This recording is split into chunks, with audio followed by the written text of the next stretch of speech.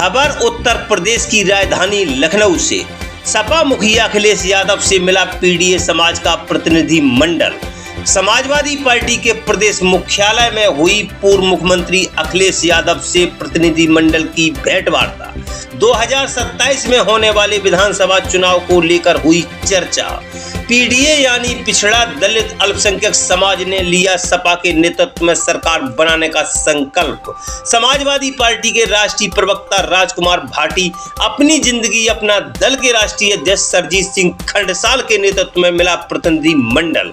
प्रतिनिधि मंडल में उत्तर प्रदेश के अलग अलग जिलों से अलग अलग संगठनों के प्रतिनिधियों ने की सहभागिता। सपा मुखिया अखिलेश यादव ने आए हुए सभी नेताओं का किया आभार व्यक्त।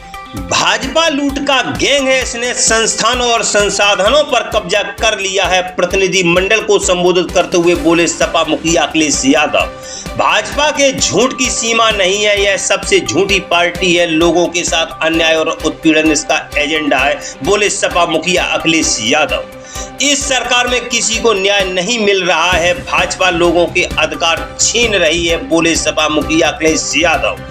वोट की चोरी की, चुनावी प्रक्रिया पर डकैती डाला, जनता के वोट की लूट की, बोले सपा मुखिया अखिलेश यादव। आने वाला चुनाव बहुत महत्वपूर्ण है, एक बार फिर आजादी का चुनाव है, संविधान और अधिकार बचाने का चुनाव है, बोले सपा मुखिया अखिलेश यादव। सपा मुखिया अखिलेश यादव ने अपनी जिंदगी अपना दल के राष्ट्रीय अध्यक्ष सरजीत सिंह खंडसाल के संघर्ष की प्रशंसा की।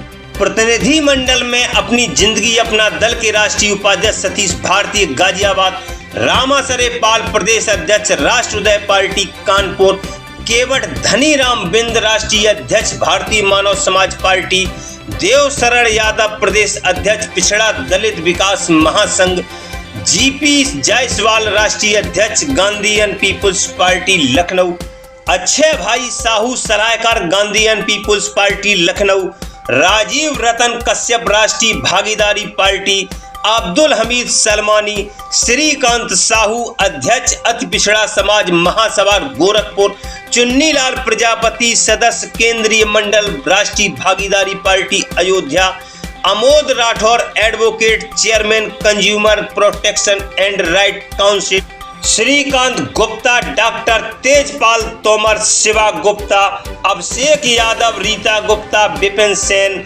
मुकेश वर्मा, विजय पहलम, डॉक्टर दीपक सेन, अरविंद नागर आदि साथी मौजूद रहे। प्रतिनिधि मंडल को संबोधित करते हुए सपा मुखिया अखिलेश यादव ने कहा कि समाजवादी पार्टी की सरकार में सभी की भागीदारी रहेगी, सभी को न्याय और सम्मान मिलेगा, प्रदेश में अवरुद्ध हुए विकास के कार्य फिर से शुरू किए जाएंगे। अखिलेश यादव ने कहा कि प्रदेश और केंद्र की भाजपा सरकार ने सब कुछ बर्बाद कर दिया है, केंद्र सरकार ने अर्थव्यवस्था बर्बाद कर दिया, महंगाई, बेरोजगारी, भ्रष्टाचार चरम पर है, विदेश नीति फेल हो गई है। भाजपा सरकार बड़े बड़े दावे करती थी कि दुनिया में डंका बज रहा है, लेकिन जब जरूरत पड़ी तो कोई देश भारत के साथ नहीं खड़ा हुआ। सपा मुखिया अखिलेश यादव ने कहा कि ऑपरेशन सिंदूर के दौरान हमारी सेना मजबूती से लड़ रही थी, सेना पीओके ले लेती, लेकिन केंद्र सरकार ने चूक कर दी।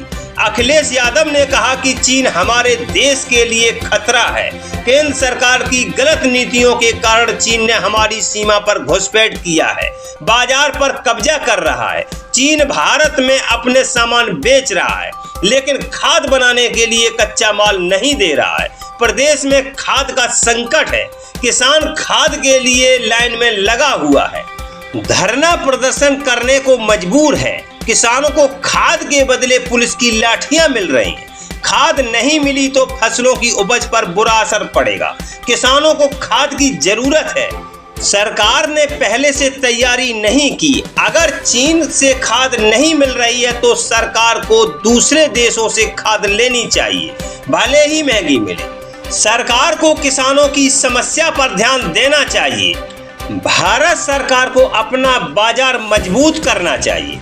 अखिलेश यादव ने कहा कि उत्तर प्रदेश की भाजपा सरकार स्कूल बंद कर रही है, शराब की दुकानों की संख्या बढ़ा रही है, अमेरिका के न्यूयॉर्क से ज्यादा शराब की दुकानें अकेले उत्तर प्रदेश में हैं। भाजपा सरकार नौजवानों का भविष्य बर्बाद कर रही है, नौकरियां खत्म कर रही है, आउटसोर्स और निजीकरण को बढ़ावा दे रही है।